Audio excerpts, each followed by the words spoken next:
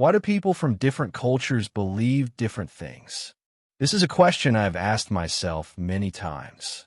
In this episode of ZeroDay Learner, I reflect on how culture, language, family, and personal experiences may shape the way we see the world. Rather than asking which religion is right, I ask why different beliefs develop in different places and how our own upbringing influences the questions we ask. I also share a personal thought. Sometimes stepping outside a familiar system can feel both freeing and lonely. Many people find comfort in the traditions they grew up with. My own journey has led me to keep asking questions while respecting the paths that others choose. I'm not a scholar or a religious teacher. I'm simply sharing my observations and my personal search for meaning. I may be wrong at times, and I'm always willing to keep learning. As for me, when I look up, I see the sky. When I look down, I see the earth beneath my feet. Sometimes a simple prayer asking heaven and earth to watch over my family feels enough for me. If these reflections encourage you to think about your own journey, I'd be honored if you subscribed to ZeroDay Learner. Thank you for watching. Episode 9, Part 1. Why do different cultures believe different things? Hello, my name is Thao. Welcome to ZeroDay Learner. Today I'd like to share another question that has stayed with me for a long time.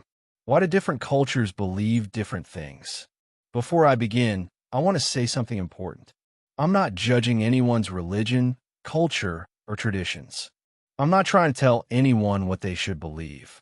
I'm simply observing the world, asking questions, and sharing my own thoughts.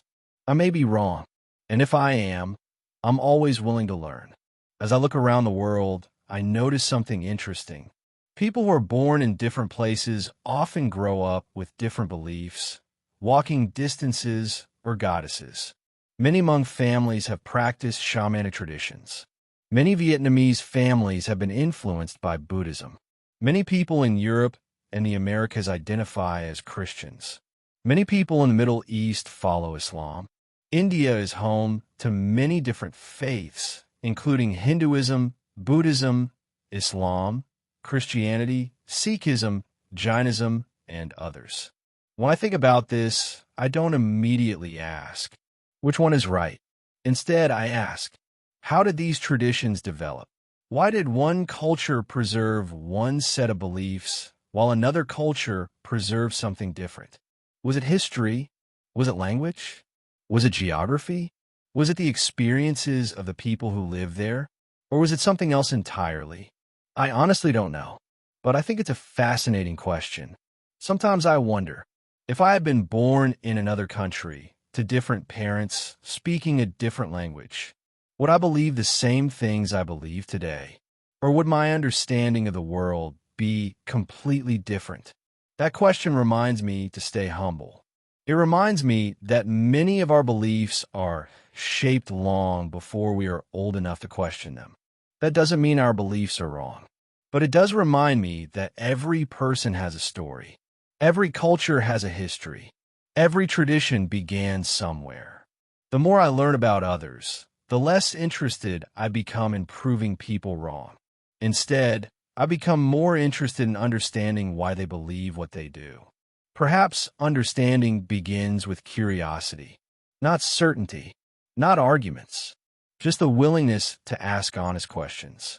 That is why I continue learning, and that is why I continue asking. Episode 9, Part 2. Why do different cultures believe different things? As I continued thinking about different cultures, another question came in my mind. I don't know who is the creator of the languages and beliefs. How much of what we believe is connected to the language we grow up speaking? When I first came to the United States, English was very difficult for me. Even today, I'm still learning. Sometimes I know what I want to say in my mind, but finding the right English words isn't always easy. That experience taught me something. Language is more than words. Language carries stories. It carries traditions. It carries ways of understanding the world. If two people don't share the same language or the same religion, They may misunderstand each other, even when both have good intentions. Perhaps languages and religions are the reasons people see the world differently. I sometimes wonder if beliefs can be similar. If I had been born into another family, in another country, speaking another language, would I see the world differently? Perhaps I would. Perhaps you would too. That doesn't mean one culture is better than another. It reminds me that every person begins life by learning from the people around them. Our parents teach us. Our grandparents teach us. Our communities teach us. Then one day, we begin asking our own questions. Sometimes when I ask those questions, people think I'm saying they're wrong. That isn't what I'm trying to do. Many of my questions begin with one simple word. Perhaps. I've noticed that sometimes people hear that word and immediately disagree. That's all right. I'm not asking anyone to accept my ideas immediately. I'm simply inviting us to think together. Sometimes the most valuable question isn't the one that gives an answer. It's the one that opens a new way of looking at something. I've also noticed something interesting. Occasionally, someone will disagree with my question at first, but as the conversation continues, they'll begin exploring the same question from their own point of view. To me, that's not a problem. That's how learning often works. We don't always arrive at understanding in the same way. What matters is that we're willing to keep thinking. Maybe that is one reason I call this channel ZeroDay Learner. Every day feels like another beginning, another chance to ask, another chance to listen, another chance to learn something I didn't know yesterday. Episode 9, Part 3. Why do different cultures believe different things? As I continued thinking about different cultures and languages, another question stayed with me. People all over the world often believe deeply in what they have learned. Many believe their religion is the truest path. Many believe their traditions should be preserved. Many believe they have found answers that bring meaning to life. I understand that. If a belief has helped someone become kinder, stronger, or more hopeful, I respect that. At the same time, I find myself wondering something. Perhaps languages and religions are the reasons people see the world differently. If I'd been born somewhere else, would I be just as convinced of a different belief and see the world as different? It's a question I ask myself, not a question I ask to criticize anyone else. Then I started thinking about animals. Is the same creator who creates humans the same one who creates animals or species? Who is or are the owner of humans and species? I'm not sure if dogs understand one another when they bark or make noise. I'm not sure if dogs chase after other animals. They would understand one another.